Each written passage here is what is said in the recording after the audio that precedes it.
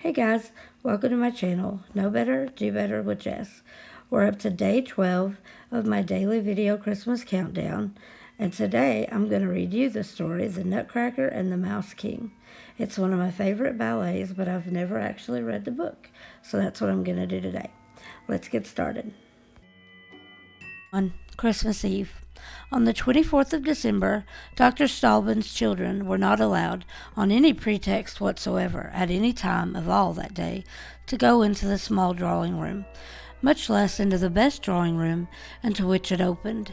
Fritz and Marie were sitting cowered together in a corner of the back parlor, when the evening twilight fell, and they began to feel terribly eerie, seeing that no candles were brought, as was generally the case on Christmas Eve. Fritz, whispering in a mysterious fashion, confided to his young sister, who was just 7, that he had heard rattlings and rustlings going on all day, since early morning, inside the forbidden rooms, as well as distant hammerings. Furthermore, that a short time ago a little dark-looking man had gone slipping and creeping across the floor with a big box under his arm, though he was well aware that this little man was no other than Godpapa Grosselmeyer. At this news, Marie clapped her little hands for gladness and cried, "Oh, I do wonder what pretty things Godpapa Drosselmeyer has been making for us this time." Godpapa Drosselmeyer was anything but a nice-looking man. He was little and lean, with a great many wrinkles on his face, a big black eye patch where his right eye ought to have been, and not a hair on his head, which was why he wore a fine white wig made of glass, and a very beautiful work of art. But he was a very, very clever man, who even knew and understood all about clocks and watches, and could make them himself. So that when one of the beautiful clocks that were in Dr. Stahlbaum's house was out of sorts and couldn't sing, Godpapa Drosselmeyer would come, take off his glass periwig and his little yellow coat, gird himself with a blue apron, and proceed to stick sharp-pointed instruments into the inside of the clock, in a way that made little Marie quite miserable to witness. However, this didn't really hurt the poor clock, which, on the contrary, would come to life again, and begin to whir and sing and strike as merrily as ever, which caused everybody the greatest satisfaction. Of course, whenever he came, he always brought something delightful in his pockets for the children.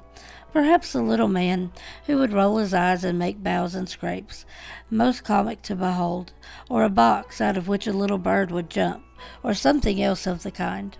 But for Christmas he always had some especially charming piece of ingenuity provided, something which had cost him infinite pains and labor, for which reason it was always taken away and put by with the greatest care by the children's parents. "Oh, what could Godpapa Drosselmeyer have been making for us this time?" Marie cried, as we have said. Fritz was of an opinion that this time it could hardly be anything but a great castle, a fortress, where all sorts of pretty soldiers would be drilling and marching about, and then that other soldiers would come and try to get into the fortress, upon which the soldiers inside would fire away at them, as pluckily as you please, with cannon, till everything banged and thundered like anything. "No, no," Marie said. "Godpapa Drosselmeyer once told me about a beautiful garden, with a great lake in it, and a beautiful swan swimming about, with a great gold collar, singing lovely music. And then a lovely little girl comes down through the garden to the lake, and calls the swans and feeds them with shortbread and cake." "Swans don't eat cake and shortbread," Fritz cried, rather rudely, with masculine superiority. "And Godpapa Drosselmeyer couldn't make a whole garden. After all, we've got very few of his playthings. Whatever he brings is always taken away from us. So I like the things Papa and Mama give us much better. We keep them all right ourselves, and can do what we like with them." The children went on discussing as to what he might have in store for them this time. Marie called Fritz's attention to the fact that Miss Gertrude, her biggest doll, appeared to be failing a good deal as time went on, inasmuch as she was more clumsy and awkward than ever, tumbling onto the floor every 2 or 3 minutes, a thing which did not occur without leaving very ugly marks on her face, and of course a proper condition of her clothes had become out of the question altogether. Scolding was of no use. Mamma, too, had laughed at her for being so delighted with Miss Gertrude's little new parasol. Fritz again remarked that a good fox was lacking to his small zoological collection, and that his army was quite without cavalry, as his papa was well aware. But the children knew that their elders had got all sorts of charming things ready for them, as also that the child Christ at Christmas time took special care for their wants. Marie sat in thoughtful silence. But Fritz murmured quietly to himself, "All the same, I should like a fox and some hussars." It was now quite dark. Fritz and Marie, sitting close together, did not dare to utter another syllable. They felt as if there was a fluttering of gentle, invisible wings around them, whilst a very far away, but utterably beautiful strain of music could dimly be heard. Then a bright gleam of light passed quickly towards the wall, and the children knew that the child Christ had sped away on shining wings to other happy children. At this moment a silvery bell said, "Cling-a-cling," and the doors flew open, and such a brilliance of light came streaming from the drawing-room that the children stood rooted where they were, with cries of "Oh!" But Papa and Mamma came and took their hands, saying, "Come now, darlings, and see what the blessed Christ child has brought for you." Chapter 2. The Christmas Presents. I appeal to yourself, kind reader or listener, Fritz, Theodore, Ernest, or whatever your name may be, and I would beg you to bring vividly before your mind's eye your last Christmas table, all glorious with its various delightful Christmas presents, and then perhaps you'll be able to form some idea of the manner in which the two children stood, speechless with the brilliant glances fixed on all the beautiful things. How, after a little, Marie, with a sigh, cried, "Oh, how lovely, how lovely!" and Fritz gave several jumps of delight. The children had certainly been very, very good and well behaved all the foregoing year to be thus rewarded, for never had so many beautiful and delightful things been provided for them as this time. The great Christmas tree on the table bore many apples of silver and gold, and all of its branches were heavy with bud and blossom, consisting of sugar almonds, many tinted bonbons, and all sorts of charming things to eat. Perhaps the prettiest thing about this wonder tree, however, was the fact that in all the recesses of its spreading branches hundreds of little tapers glittered like stars, inviting the children to pluck its flowers and fruits. Also, all around the tree on every side everything shone and glittered in the loveliest manner. Oh, how many beautiful things there were! Who, oh who, could describe them all? Marie gazed there at the most delicious dolls and all kinds of toys, and what was the prettiest thing of all, a little silk dress with many tinted ribbons was hung upon a projecting branch in such a sort that she could admire it on all of its sides, which she accordingly did, crying out several times, "Oh, the lovely, darling little dress, and I suppose, I do believe, I shall really be allowed to put it on." Fritz, in the meantime, had 2 or 3 trials how his new fox, which he had actually found on the table, could gallop, and now stated that he seemed a wildish sort of brute. But no matter, he felt sure he would soon get him well in order, and set to work to muster his new squadron of hussars, admirably equipped, in red and gold uniforms, with real silver swords, and mounted on such shining white horses that you would have thought they were of pure silver too. When the children had sobered down a little, and were beginning upon the beautiful picture books, which were open, so that you could see all sorts of the most beautiful flowers and people of every hue, to say nothing of lovely children playing, all as naturally represented as if they were really alive and could speak, there came another tinkling of a bell to announce the display of Godpapa Drosselmeyer's Christmas present, which was on another table against the wall, concealed by a curtain. When this curtain was drawn, what did the children behold? On a green lawn, bright with flowers, stood a lordly castle with a great many shining windows and golden towers. A chime of bells was going on inside of it. Doors and windows opened, and you saw very small but beautiful ladies and gentlemen with plumed hats and long robes down to their feet, walking up and down in the rooms. In the central hall, which seemed all in a blaze, there were quantities of little candles burning in silver chandeliers. Children, in little short doublets, were dancing to the chimes of the bells. A gentleman, if in emerald green mantle, came to a window, made signs thereof, and then disappeared inside again. Also, even Godpapa Drosselmeyer himself, but scarcely taller than a papa's thumb, came now and then, and stood at the castle door, then went in again.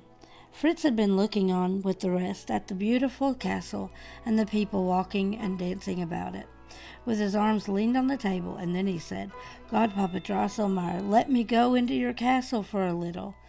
Drosselmeyer answered that this could not possibly be done, in which he was right, for it was silly of Fritz to want to go into a castle which was not so tall as himself, golden towers and all, and Fritz saw that this was so.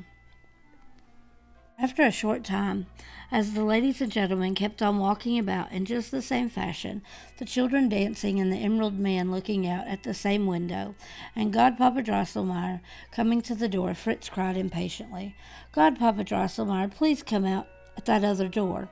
"That can't be done, dear Fritz," answered Drosselmeyer. "Well," resumed Fritz, "make that green man that looks out so often walk about with the others." "And that can't be done either," said his godpapa once more. "Make the children come down then," said Fritz. "I want to see them nearer." "Nonsense! Nothing of that sort can be done," cried Drosselmeyer with impatience. "The machinery must work as it's doing now. It can't be altered, you know." "Oh," said Fritz, "it can't be done, huh? Very well, then, Godpapa Drosselmeyer, I'll tell you what it is. It's your little creatures in the castle there. Can only always do the same thing. They're not much worth, and I think precious little of them. No, give me my hussars. They've got to maneuver backwards and forwards just as I want them, and are not fastened upon a house." With which he made off to the other table, set a squadron of silver horse trotting here and there, wheeling and charging and slashing right and left to his heart's content. Marie had slipped away softly, too, for she was tired of the promenading and dancing of the puppets in the castle. Though kind and gentle as she was, she did not like to show it as her brother did. Drosselmeyer, somewhat annoyed, said to the parents, "After all, an ingenious piece of mechanism like this is not a matter for children, who don't understand it. I shall put my castle back in its box again." But the mother came to the rescue and made him show her the clever machinery which moved the figures. Drosselmeyer, taking it all to pieces, putting it together again, and quite recovering his temper in the process, so that he gave the children all sorts of delightful brown men and women with golden faces, hands and legs which were made of ginger cake, and with which they were greatly content. Chapter 3. Marie's Pet and Protege. But there was a reason wherefore Marie found it against the grain to come away from the table where the Christmas presents were laid out, and this was that she had just noticed a something there which she had not observed at first. Fritz's hussars having taken ground to the right at some distance from the tree, in front of which they had been previously paraded, there became visible a most delicious little man, who was standing there quiet and unobtrusive, as if waiting patiently till it should be his turn to be noticed. Objection, considerable objection, might perhaps have been taken to him on the score of his figure, for his body was rather too tall and stout for his legs, which were short and slight. Moreover, his head was all good a deal too large, but much of this was atoned for by the elegance of his costume, which showed him to be a person of taste and cultivation. He had on a very pretty violet hussar's jacket, all over knobs and braiding, pantaloons of the same, and the loveliest little boots ever seen, even on a hussar officer, fitting his dear little legs as if they had just been painted on them. It was funny, certainly that, dressed in this style as he was, he had on a little rather absurd short cloak on his shoulders, which looked almost as if it were made of wood, and on his head a cap like a miner's. But Marie remembered that Godpapa Drosselmeyer often appeared in a terribly ugly morning jacket, and with a frightful-looking cap on his head, and yet was a very darling godpapa. As Marie kept looking at this little man, whom she had quite fallen in love with at first sight, she saw more and more clearly what a sweet nature and disposition was legible in his countenance, those green eyes of which stuck, perhaps, a little more prominently out of his head than was quite desirable, beamed with kindness and benevolence. It was one of his beauties, too, that his chin was set off with a well-kept beard of white cotton, as this drew attention to the sweet smile which his bright red lips always expressed. "Oh, Papa dear," cried Marie at last, "who is that most darling little man beside the tree?" "Well," was the answer, "that little fellow is going to do plenty of good service for all of you. He's going to crack nuts for you, and he is to belong to Louise just as much as to you and Fritz. In which Papa took him up from the table, and on his lifting the end of his wooden cloak, the little man opened his mouth, wider and wider, displaying 2 rows of very white, sharp teeth. Marie, directed by her father, put a nut into his mouth, and crack! He had bitten it in 2, so that the shells fell down, and Marie got the kernel. So then it was explained to all that this charming little man belonged to the Nutcracker family, and was practicing the profession of his ancestors. And, said Papa, as friend Nutcracker seems to have made such an impression on you, Marie, he shall be given over to your special care and charge, though, as I said, Louise and Fritz are to have the same right to his services as you. Marie took him into her arms at once and made him crack some more nuts, but she picked out all of the smallest, so that he might not have to open his mouth so terribly wide, because that was not nice for him. Then Sister Louise came, and he had to crack some nuts for her too, which duty he seemed very glad to perform, as he kept on smiling most courteously. Meanwhile, Fritz was a little tired, after so much drilling and maneuvering, so he joined his sisters, and laughed beyond measure at the funny little fellow, who, as Fritz wanted his share of the nuts, was passed from hand to hand, and was continually snapping his mouth open and shut. Fritz gave him all the biggest and hardest nuts he could find, but all at once there was a crack, crack, and 3 teeth fell out of the Nutcracker's mouth, and all of his lower jaw was loose and wobbly. "Oh, my poor darling Nutcracker," Marie cried, and took him away from Fritz. "A nice sort of chap he is," said Fritz. "Calls himself a Nutcracker and can't give a decent bite. Doesn't seem to know much about his business. Hand him over here, Marie. I'll keep him biting nuts if he drops all the rest of his teeth, and his jaw into the bargain. What's the good of a chap like him?" "No, no," said Marie in tears. "You can't have him, my darling Nutcracker. See how he's looking at me so mournfully, and showing me his poor sore mouth. But you're a hard-hearted creature. You beat your horses, and you've had one of your soldiers shot." "Those things must be done," said Fritz, "and you don't understand anything about such matters. But Nutcracker's as much mine as yours, so hand him over." Marie began to cry bitterly and wrapped the wounded Nutcracker quickly up in her little pocket handkerchief. Papa and Mama came with Drosselmeyer, who took Fritz's part, to Marie's regret. But Papa said, "I have put Nutcracker in Marie's special charge, as he seems to have need just now of her care. She has full power over him, and nobody else has anything to say in the matter, and I'm surprised that Fritz should expect further service from a man wounded in the execution of his duty. As a good soldier he ought to know better than that." Fritz was much ashamed, and troubling himself no further as to nuts or Nutcrackers, crept off to the other side of the table, where his hussars, having established the necessary outposts and vedettes, were vivacious for the night. Marie got Nutcracker's lost teeth together, bound a pretty white ribbon, taken from her dress, about his poor chin, and then wrapped the poor little fellow, who was looking very pale and frightened, more tenderly and carefully than before, in her handkerchief. Thus she held him, rocking him like a child in her arms, as she looked at the picture books. She grew quite angry, which was not usual with her, with Godpapa Drosselmeyer, because he laughed so and kept asking how she could make such a fuss about an ugly little fellow like that. That odd and peculiar likeness to Drosselmeyer, which had struck her when she saw Nutcracker at first, occurred to her mind again now, and she said with such earnestness, "Who knows, Godpapa, if you were to be dressed the same as my darling Nutcracker, and had on the same shining boots, who knows whether you mightn't look almost as handsome as he does?" Marie did not understand why Papa and Mamma laughed so heartily, nor why Godpapa Drosselmeyer's nose got so red, nor why he did not join so much in the laughter as before. Probably there was some special reason for these things. Chapter 4. Wonderful Events.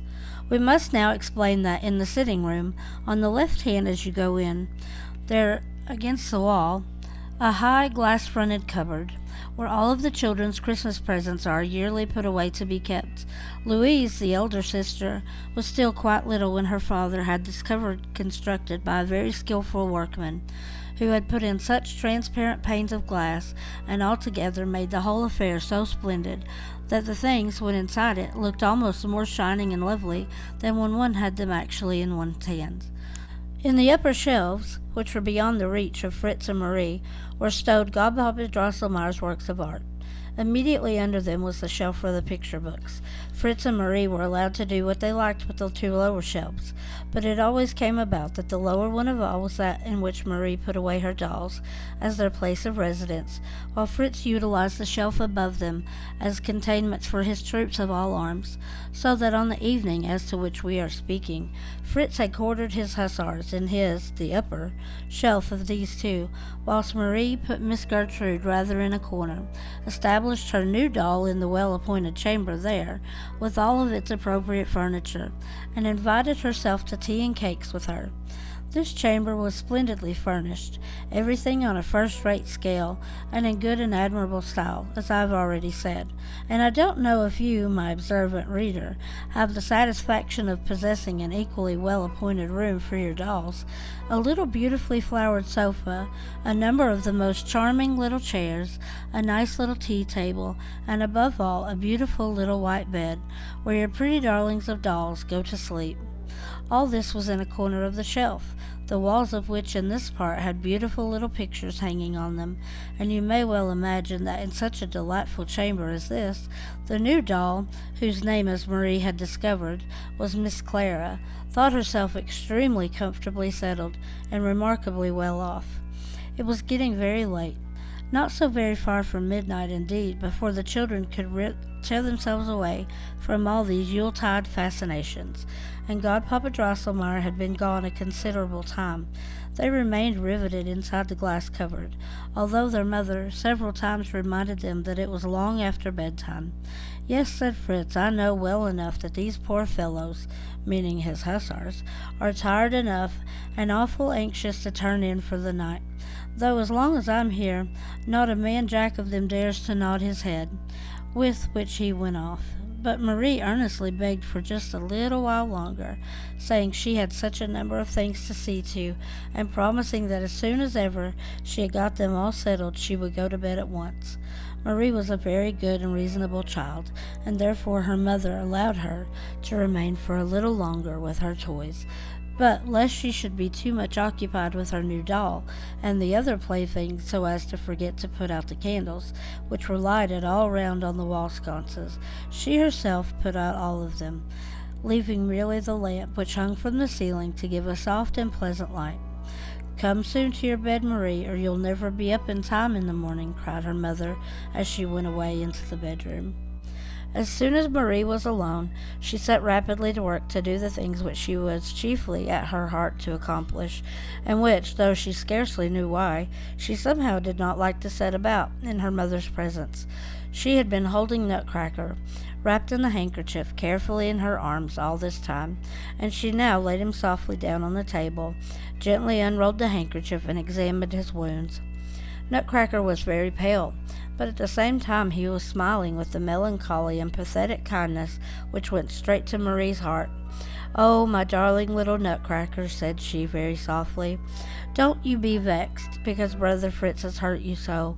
He didn't mean it, you know. He's only a little bit hardened with his soldiering and that, but he's a good, nice boy, I can assure you, and I'll take the greatest care of you and nurse you till you're quite better and happy again, and your teeth shall be put in again for you, and your shoulders set right.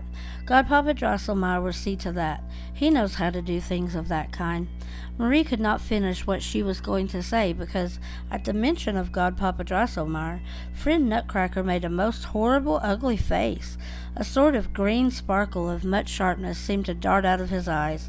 This was only for an instant, however, and just as Marie was going to be terribly frightened, she found that she was looking at the very same nice, kindly face with the pathetic smile which she had seen before, and she saw plainly that it was nothing but some draught of air, making the lamp flicker that had seemed to produce the change.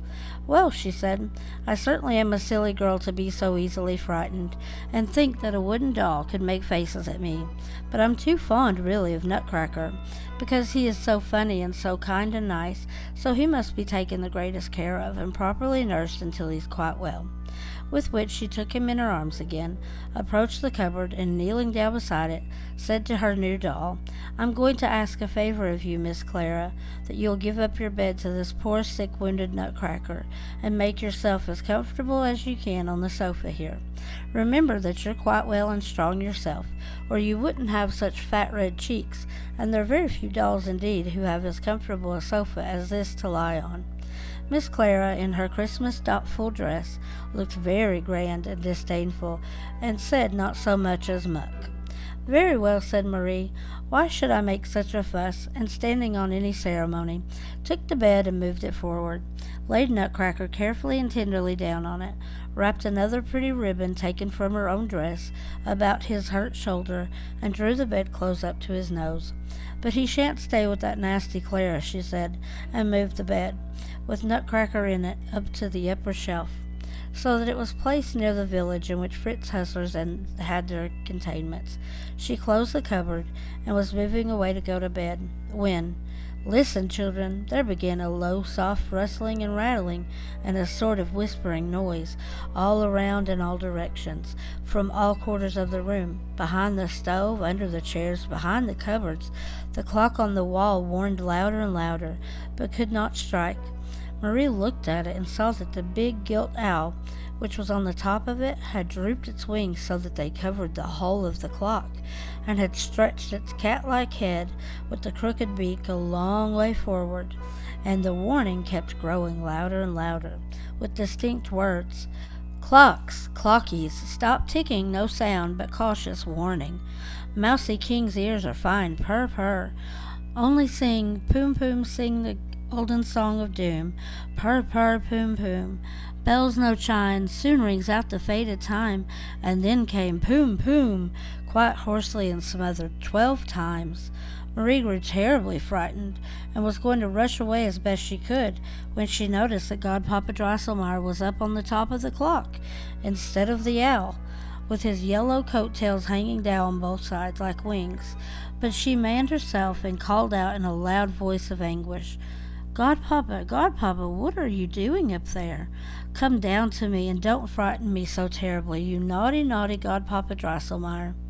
But then there began a sort of wild kickering and squeaking everywhere, all about, and presently there was a sound as running and trotting, as of thousands of little feet behind the walls, and thousands of little lights began to glitter out between the chinks of the woodwork.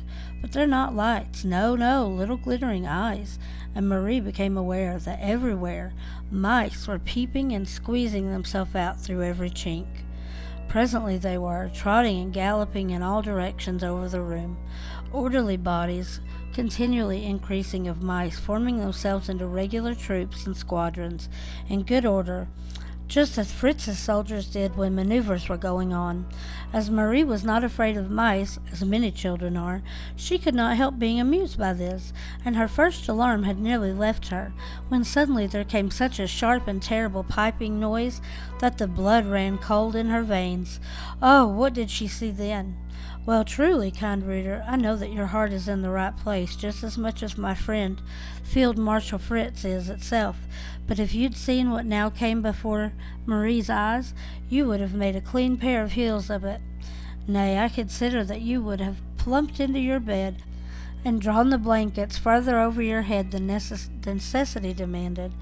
But poor Marie hadn't in her power to do any such thing, because, right at her feet, as if impelled by some subterranean power, sand and time and broken stone came bursting up, and then 7 mouse heads with 7 shining crowns upon them rose through the floor, hissing and piping in a most horrible way. Quickly the body of the mouse, which had those 7 crowned heads, forced its way up through the floor, and this enormous creature shouted, with its 7 heads, aloud to the assembled multitude, squeaking to them, with all the 7 mouths in full chorus, and then the entire army set itself in motion, and went trot, trot, right up to the cupboard, and, in fact, to Marie, who was standing beside it. Marie's heart had been beating so with terror that she had thought it must jump out of her chest, and she must die. But now it seemed to her as if the blood in her veins stood still. Half fainting, she leaned backwards, and then there was a clur, clur, purr, and the pane of the cupboard, which she had broken with her elbow, fell in shivers to the floor. She felt for a moment a sharp stinging pain in her arm, but still this seemed to make her heart lighter. She heard no more of the squeaking and piping.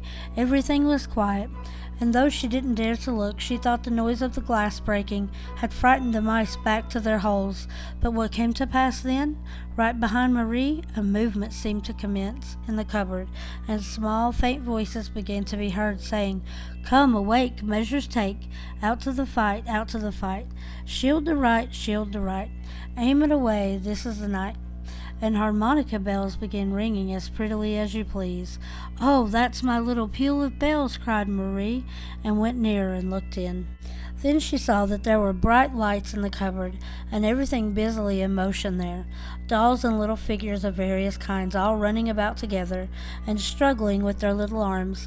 At this point Nutcracker rose from his bed, cast off the bedclothes, and sprung with both feet onto the floor of the shelf, crying out at the top of his voice, "Knack, knack, knack, stupid mousy pack, all their skulls will crack, mousy pack, knack, knack. Mousy pack, crick and crack, cowardly lot of smack."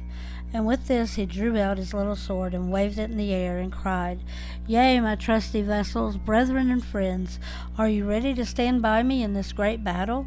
Immediately 3 scaramouches, 1 pantaloon, 4 chimney sweeps, 2 zither players, and a drummer cried in either accents, "Yes, your highness, we will stand by you in loyal duty. We will follow you to the death, the victory, and the fray." And they precipitated themselves after Nutcracker, who, in the excitement of the moment, had dared that perilous leap to the bottom shelf. Now they might well dare this perilous leap, for not only had they gotten plenty of clothes on, of cloth and silk, but besides there was not much in their insides except cotton and sawdust, so they plumped down like little wool sacks.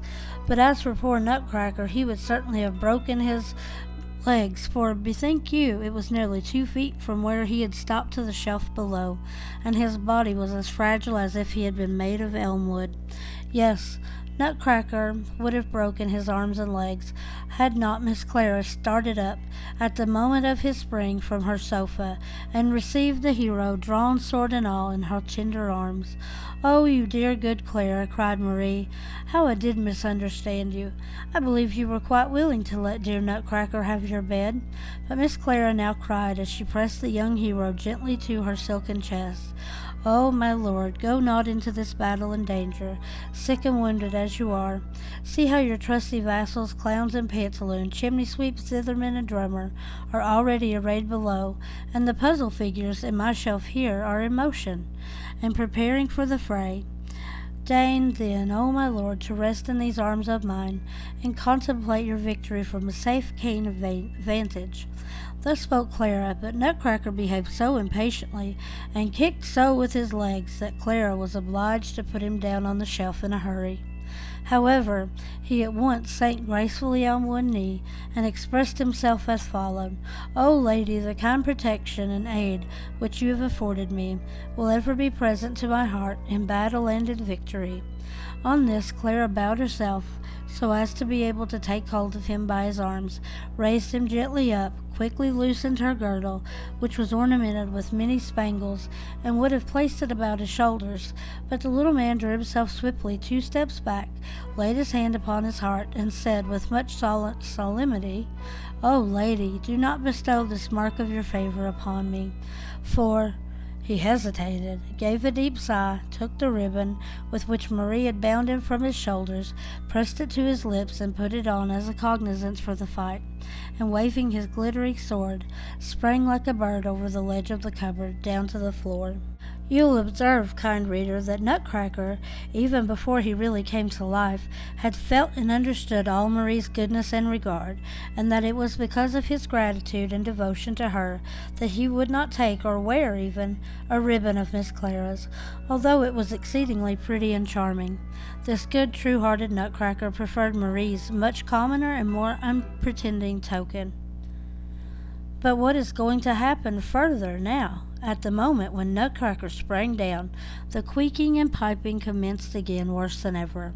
Alas, under the big table, the hordes of the mouse army had taken up a position, densely massed under the command of the terrible mouse with the 7 heads.